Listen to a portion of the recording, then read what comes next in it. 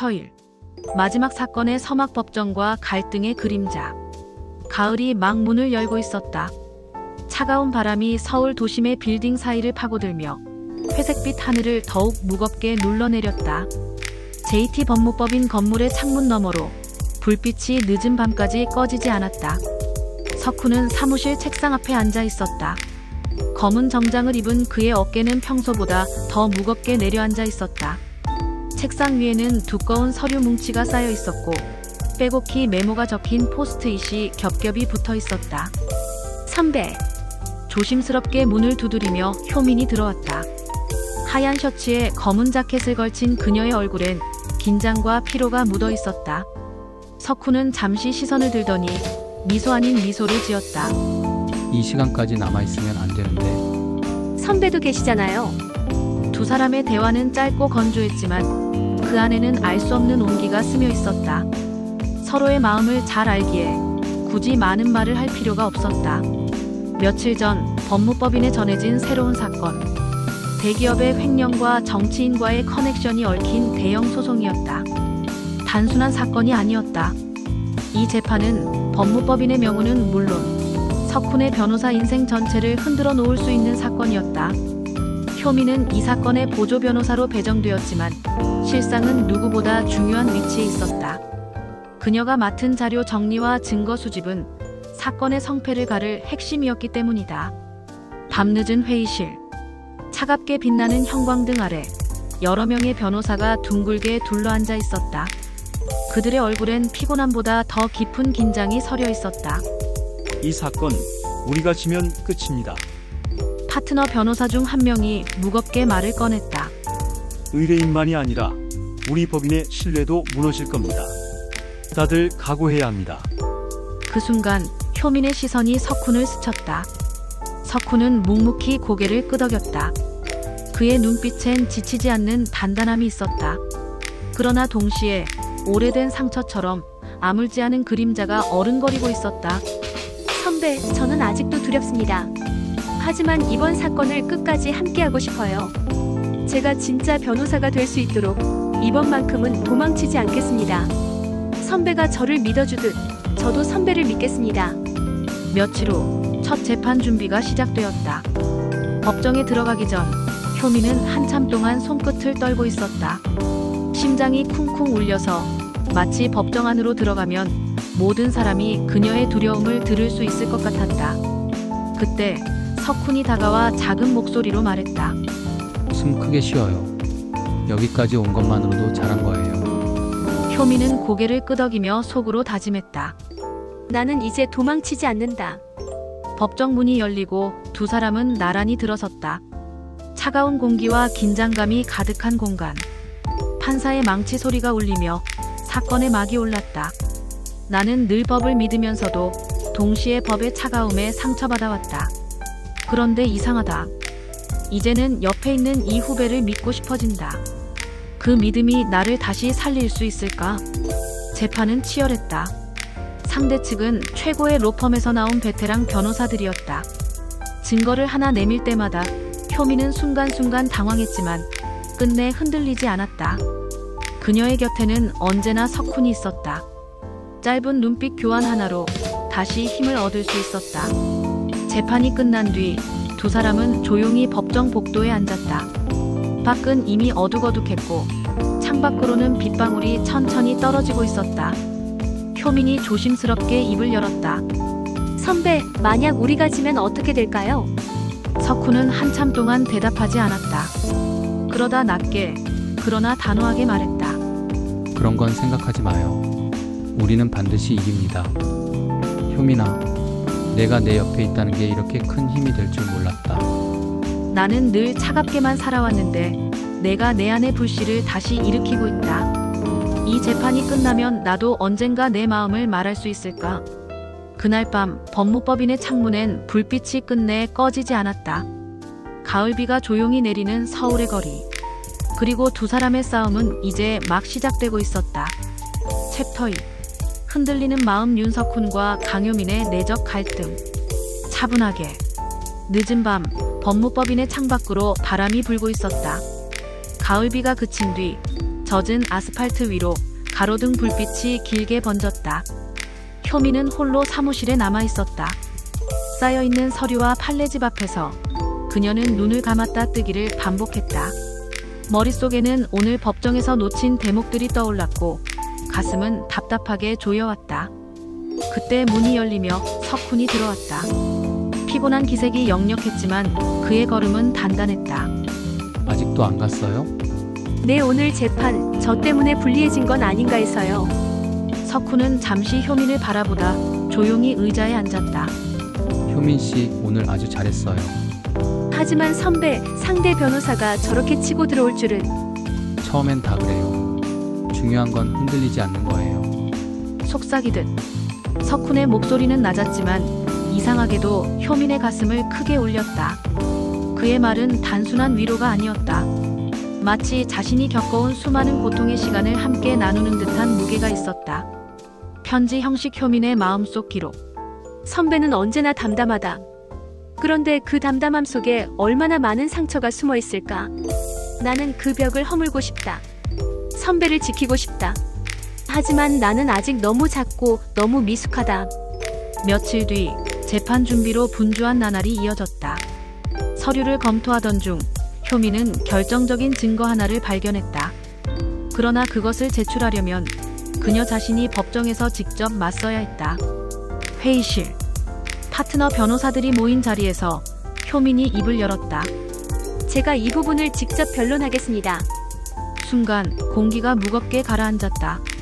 신입이 나서기엔 너무 큰 위험이야. 실패하면 모든 게 무너질 수 있어. 그때 석훈이 고개를 들었다. 제가 책임지겠습니다. 그녀를 믿어주십시오. 낭독. 순간 효민의 가슴이 쿵 하고 내려앉았다. 선배의 신뢰가 두렵기도 했고 동시에 벅차게 다가왔다. 그는 언제나 말없이 그녀를 지켜주었지만 이번에는 모두 앞에서 그녀를 믿는다고 말했다. 법무법인 옥상, 늦은 밤. 효민은 홀로 서 있었다. 도시의 불빛이 멀리서 반짝였고 바람이 머리칼을 스쳤다. 그때 석훈이 다가왔다. 춥잖아요. 들어가요. 효민은 조용히 고개를 흔들었다. 선배, 솔직히 말하면 무서워요. 제가 잘못해서 다 망치면 어떡하죠? 석훈은 잠시 말을 잇지 못했다. 그러다 낮게 단호하게 말했다. 나도 늘 무서워요. 하지만 무서워도 해야 하는 게 변호사예요. 독백 석훈. 나는 왜 이 아이 앞에서만 솔직해지는 걸까? 그녀에게 약한 내 모습을 들키고 싶지 않은데 오히려 그녀가 나를 지켜주고 있는 것 같다. 며칠 후 법정 복도. 다음 재판을 앞두고 효민은 심호흡을 하고 있었다. 그 순간 쌍둥이 남매가 건네받은 작은 편지를 들고 나타났다. 누나 아저씨, 이거. 편지에는 아이들의 삐뚤빼뚤한 글씨로 이렇게 적혀 있었다. 고마워요. 누나랑 아저씨가 있어서 무섭지 않아요. 우리도 용기 낼게요. 편지를 읽는 순간 효민의 눈가가 젖어들었다. 그녀는 속으로 다짐했다. 그래, 나는 혼자가 아니야. 이 아이들이, 그리고 선배가 내 곁에 있어. 나는 반드시 해낼 거야. 재판날이 다가왔다. 법정에 들어서기 직전 석훈은 짧게 말했다. 효민 씨, 이번에는 내가 아니라 당신 차례예요. 효민은 고개를 끄덕이며 미소를 지었다.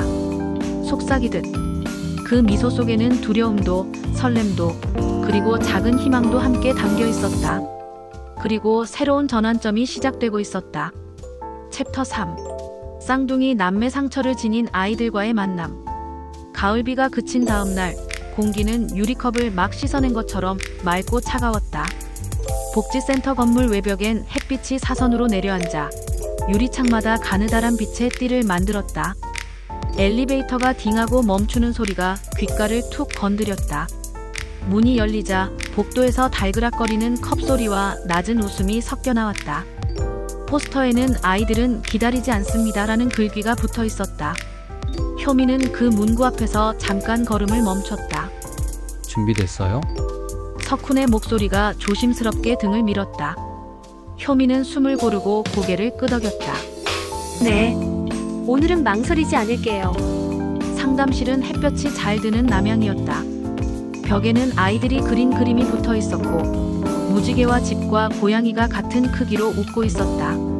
낡은 소파 위에 쌍둥이 남매가 나란히 앉아 있었다. 형은 회색 후드티 차림이었다. 손가락 끝이 까칠까칠하게 갈라져 있었고 운동화 끈이 한 번 더 묶인 흔적이 보였다. 여동생은 앞머리를 실핀으로 고정하고 있었다. 피는 색이 살짝 벗겨져 금속빛이 드문드문 드러나 있었다. 사회복지사가 부드럽게 소개했다. 이쪽은 지안이 그리고 지우예요. 아이들이 고개를 꾸벅 숙였다. 눈빛은 흔들렸지만 예의를 잃지 않으려는 결심이 빛났다. 안녕. 효민이 먼저 손을 흔들었다. 지난번 편지 고마웠어.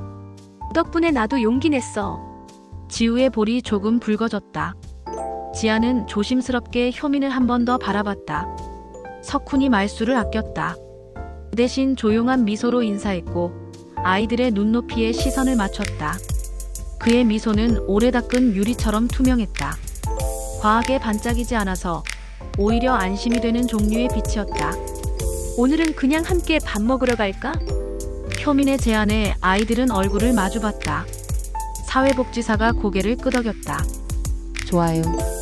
동네에 작은 분식집이 있어요. 아이들이 좋아해요. 문을 나서자 점심 햇살이 골목을 금색으로 물들였다. 바람 냄새가 따뜻하게 올라왔다. 분식집 문을 밀자 종이 가볍게 흔들리는 종소리가 딸랑하고 울렸다. 라면 2개, 김밥 하나, 떡볶이는 조금만 맵게. 효민이 주문을 마쳤다. 지우가 살짝 손을 들었다. 계란도 넣어주세요. 주인 아주머니가 환하게 웃었다. 계란 2개, 누구 코에 붙이게 넉넉하게 넣어줄게. 김이 피어오르며 면이 끓어올랐다. 숟가락이 그릇에 닿는 소리가 반짝거리듯 맑았다. 아이들은 국물을 조심스레 떠먹었다. 뜨거운 김의 안경이 조금 흐려졌다. 지안이 안경을 살짝 벗어 소매로 닦았다. 라면은 빨리 먹어야 맛있어. 석훈이 불쑥 말했다가 자신의 목소리가 생각보다 서툴렀음을 깨달았다. 지안이 작게 웃었다. 맞아요. 불면 맛없어요. 그 작은 웃음 하나가 오래 닫아둔 창문을 1cm쯤 열어젖혔다. 따뜻한 공기가 틈으로 스며들었다. 나는 아이들 앞에서 언제나 어른이어야 한다고, 그래서 더 단단해야 한다고 생각했다. 그런데 이 조그만 웃음에 내가 먼저 무너진다. 단단함과 따뜻함은 서로 반대가 아닐 수도 있겠구나. 내가 잊고 있던 방법을 이 아이들이 알고 있다. 점심을 마치고 네 사람은 근처 놀이터로 걸었다. 흔들리자 옆 감나무에 잎이 반쯤 물들어 있었다. 바람이 불 때마다 잎이 달그락 소리를 냈다. 지우는 조심조심 그네에 앉았다. 지아는 손을 팔짱 낀 채 하늘을 한참 올려다봤다. 하늘이 생각보다 파래요. 그 말에 효민이 고개를 들어 하늘을 봤다. 정말 그랬다. 검은 선 같은 전깃줄 사이로 파란 하늘이 조각조각 끼어 있었다. 혹시 자전거 탈 줄 알아? 효민이 물었다. 지우가 고개를 끄덕였다. 조금요. 브레이크를 너무 세게 잡으면 멈추면서 넘어지거든요. 맞아. 급하게 멈추면 더 아파. 석훈이 조용히 덧붙였다. 말을 하면서도 그 말이 자기 자신에게 가는 편지 같다고 느꼈다. 오늘은 라면을 먹었어. 계란은 노란색이었고 김은 부드러웠어. 누나는 많이 웃었고 아저씨는 말이 적었지만 따뜻했어. 하늘은 파랬고 그네는 조금 무서웠지만 재미있었어. 브레이크는 세게 잡지 않기로 했어. 언젠가 우리도 급하게 멈추지 않고 앞으로 가고 싶어. 해질녘 복지센터 2층 작은 상담실. 서랍에서 서류가 나왔다. 임시보호인 동의서, 면접보고서, 가정환경확인서. 용지의 흰색이 낯설 만큼 선명했다. 사회복지사가 설명을 시작했다. 법적인 절차가 간단하진 않아요. 하지만 두 분이 진심이라면 천천히 차근차근 갈 수 있어요. 아이들도 더는 급하게 멈추지 않도록요. 효민이 볼펜을 잡았다가 놓았다. 손끝에 힘을 모으는 법을 그녀는 요즘 조금씩 배워가고 있었다. 석훈은 문서의 한 줄 한 줄을 눈으로 더듬었다. 활자들 사이로 오래된 기억들이 올라왔다가 가라앉았다. 책임이라는 단어가 이날따라 이상하게 덜 무겁게 느껴졌다. 무거움을 나눌 사람이 생기면 무게는 모양을 바꾸는 법이니까. 지안, 지우, 석훈이 아이들의 이름을 또렷하게 불렀다. 우리 서두르지 않을게. 대신 약속 하나만 해줄래? 아이들이 동시에 눈을 들었다. 뭔데요? 무서울 땐 말하기, 배고플 땐 말하기, 기쁘면 더 크게 웃기. 지우가 수줍게 웃었다. 지안이 고개를 끄덕였다. 그럼 아저씨도 약속해요. 뭘? 힘들 땐 혼자 멈추지 않기. 브레이크를 너무 세게 잡지 않기. 석훈이 아주 조금 천천히 웃었다. 그 웃음은 오래 걸려 핀 꽃 같았다. 바람이 한 차례 더 지나갔다. 창틀에 걸린 종이약이 가볍게 흔들렸다. 빛이 점점 긴 각도로 방안을 가로질렀다. 사회복지사가 의자를 조금 당기며 말했다. 오늘은 여기까지. 다음 만남에는 아이들의 생활 기록과 두 분의 생활 계획을 함께 이야기해요. 작게라도 매일 함께 지켜볼 수 있는 약속들을 만들어요. 복도를 걸어 나오는데 천장 조명의 색이 노랗게 따뜻했다. 문 앞에서 지우가 주머니에서 뭔가를 꺼냈다. 작은 구슬 2개였다. 투명한 유리 구슬 속에 파란색과 노란색이 말려 들어가 있었다. 이거 우리 쌍둥이 구슬이에요. 언젠가 진짜 가족이 되면 하나씩 나눠 가지려고 했는데 오늘은 맡아줄래요? 지우가 효민의 손에 파란 구슬을 올려놓았다. 지안이 석훈에게 노란 구슬을 건넸다. 잃어버리면 안 돼요. 우리가 길을 잃을 때 서로를 찾는 신호거든요. 구슬이 손바닥에서 작게 딸깍거렸다.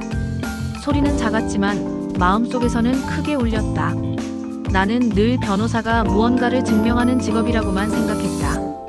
하지만 오늘 나는 누군가를 믿는 직업이라는 걸 배웠다. 증거는 종이에 남고 믿음은 사람에게 남는다.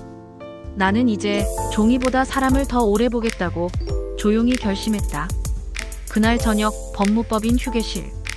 전자주전자에서 물 끓는 소리가 윙하고 길게 이어졌다. 창밖 유리에는 노을이 와르르 쏟아졌다. 마치 하루의 끝이 아니라 내일의 시작을 미리 붓고 가는 색처럼. 효민은 책상 한쪽을 비우고 아이들의 그림을 붙였다. 연필로 그린 작은 집, 지붕 위의 고양이, 그리고 창문 앞 나무. 그림 아래에 파란 구슬이 둥근 그림자를 만들었다. 석훈이 종이컵 2개를 들고 다가왔다. 코코아 좋아하죠? 네. 오늘은 달콤한 게 필요해요. 두 사람은 아무 말 없이 컵을 맞댔다.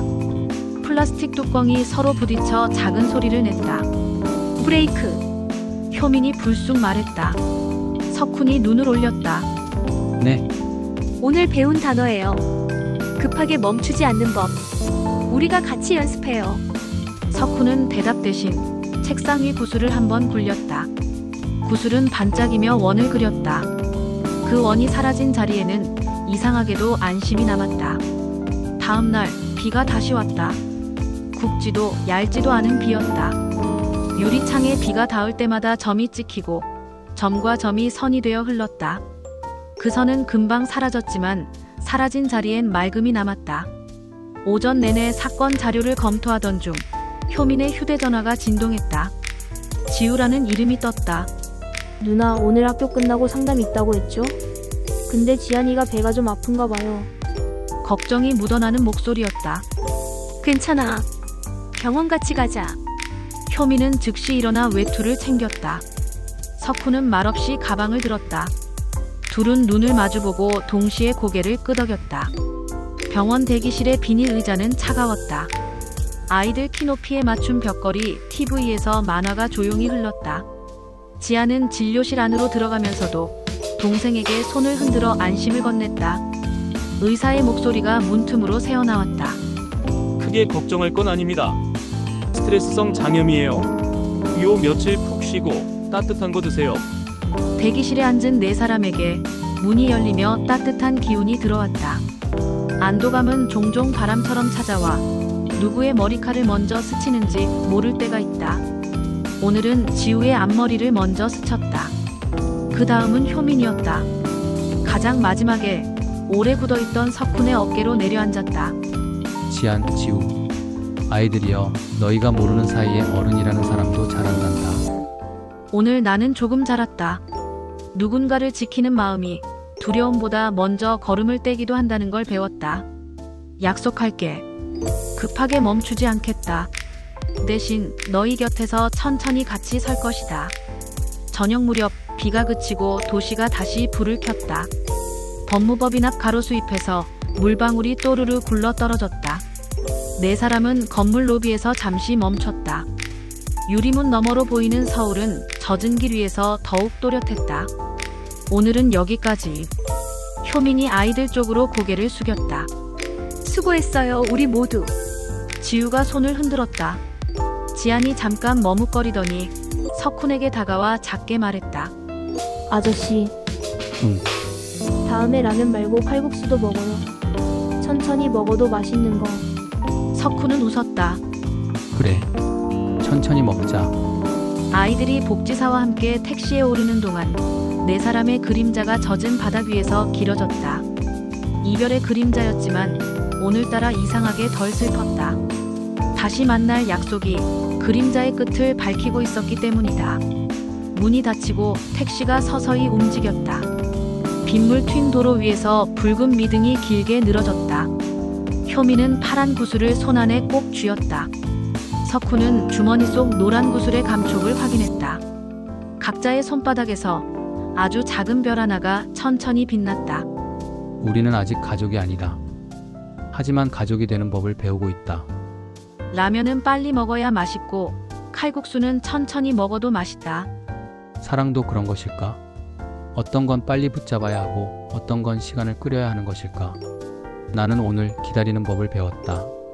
밤이 완전히 내려앉기 전 두 사람은 법무법인 옥상에 올랐다. 도시는 여전히 바빴지만 그 위에 하늘은 놀랍도록 고요했다. 바람이 불 때마다 멀리서 종소리 같은 소리가 흘러왔다. 누군가의 현관문, 누군가의 컵, 누군가의 웃음. 사소한 것들이 모두 연결되어 하나의 음악이 되었다. 효민 씨, 석훈이 조심스럽게 입을 열었다. 오늘 고마워요. 저야말로요. 둘 사이를 바람이 지나갔다. 바람은 한 번 더 아주 다정하게 되돌아왔다. 그때 효민의 휴대전화가 진동했다. 미확인 번호. 스크린 위에서 숫자들이 차갑게 빛났다. 통화를 받자 낯선 남자의 목소리가 낮게 흘렀다. JT 사건 관련해서 만나서 이야기하죠. 지금이 아니면 기회 없습니다. 빛의 띠가 옥상 바닥을 길게 스쳤다. 막 시작된 따뜻한 위로 다시 한번 차가운 그림자가 길게 드리워졌다. 그러나 이번엔 혼자서 맞지 않을 것이다. 네 사람의 약속이 작은 구슬처럼 주머니 속에서 소리 없이 굴러가고 있었다. 지금까지 드라마 에스파이어 11화 예측 영상이었습니다. 절대 가만히 있지 않을 걸요. 구독과 좋아요 눌러주세요. 소송을 제기했습니다. 곧 12화 드라마식 예측 영상도 올리겠습니다.